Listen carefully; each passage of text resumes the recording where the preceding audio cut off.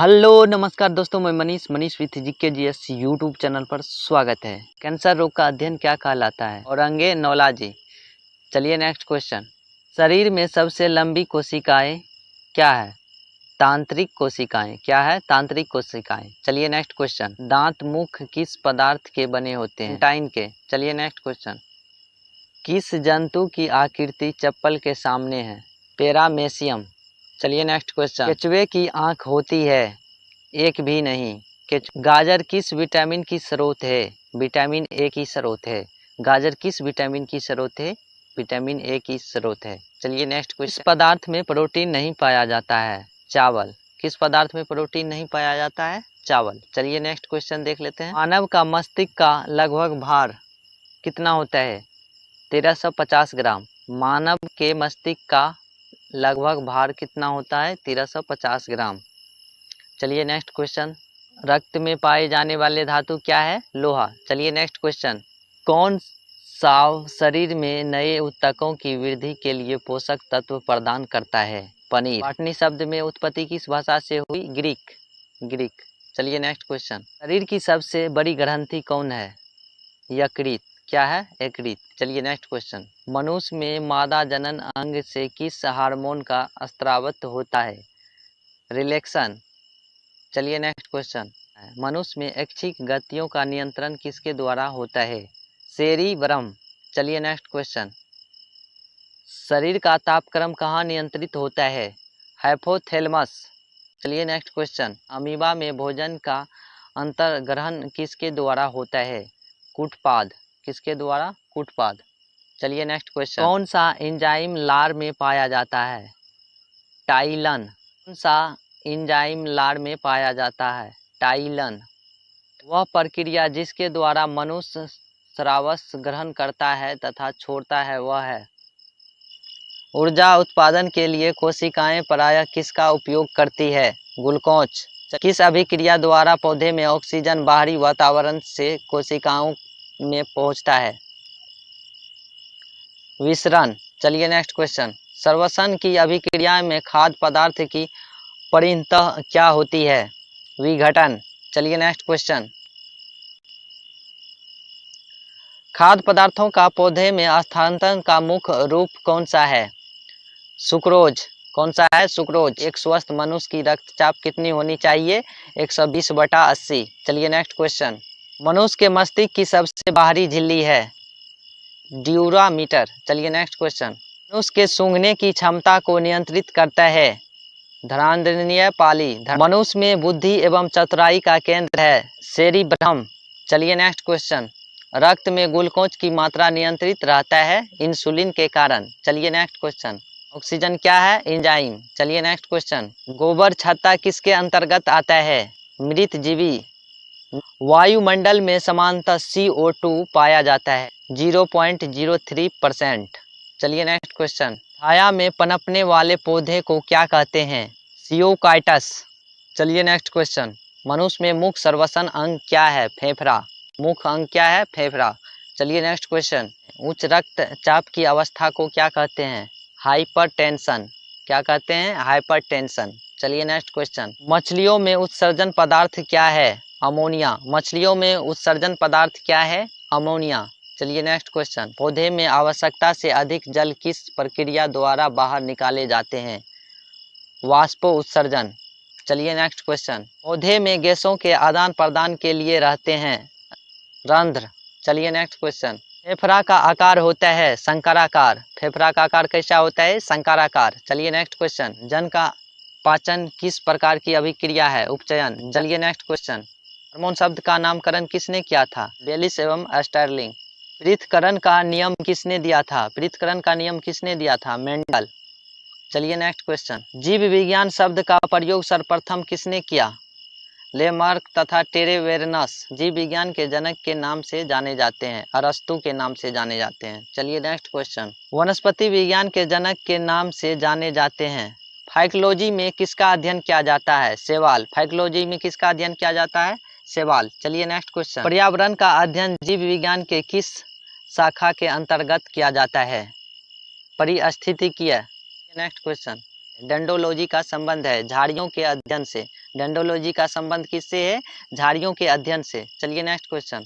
पुष्पों का अध्ययन कहलाता है एंथोलॉजी। पुष्पों का अध्ययन क्या कहलाता है? एंथोलॉजी। चलिए नेक्स्ट क्वेश्चन। फलों का अध्ययन क्या कहलाता है? पोमोलॉजी। चलिए नेक्स्ट क्वेश्चन। साबूदाना किससे बनाया जाता है? साइकस। किससे बनाया जाता है? साइकस। चलिए नेक्स्ट क्वेश्चन। विषाणु वृद्धि करता है जीवित कोशिकाएं में। चलिए नेक्स्ट क्वेश्चन। किसे वर्गीकीय का पितामह कहा जाता है?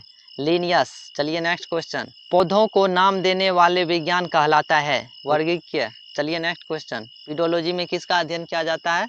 भूमि का। एग्रो एस्ट्रोलॉजी में किसका अध्ययन किया जाता है? घासों का अध्ययन किया जाता है। चलिए नेक्स्ट क्वेश्चन। स्पोर्मोलॉजी में किसका अध्ययन किया जाता है? बीज का। चलिए नेक्स्ट क्वेश्चन। वनस्पति संवर्धन से संबंधित विज्ञान की शाखा को कहते हैं? हार्टिकल्चर। बसे छोटे जीव है माइक्रोप्लेज्मा। बसे छोटे जीव क्या है? माइक्रोप्लेज्मा। चलिए नेक्स्ट क्वेश्चन। एंटीबायोटिक्स अधिकांशतया पाए जाते हैं जीवाणु में। कहाँ पाए जाते हैं? जीवाणु में। चलिए नेक्स्ट क्वेश्चन। मानव की आंत में पाए जाने वाले जीवाणु है एसररेशिया कोलाई। एसररेशिया कोलाई। चलिए नेक्स्ट क्वेश्चन। जो जीवाणु आकार में सबसे छोटे होते हैं क्या कहलाते हैं? गोलाणु। क्या कहलाते हैं? गोलाणु। चलिए नेक्स्ट क्वेश्चन। जीवाणुओं की साधारण आकृति क्या होती है? क्षर रूपी। क्या होती है? क्षर रूपी। चलिए नेक्स्ट क्वेश्चन। जिन पौधों पर बीज बनते हैं किंतु पुष्प नहीं लगते हैं क्या कहलाते हैं?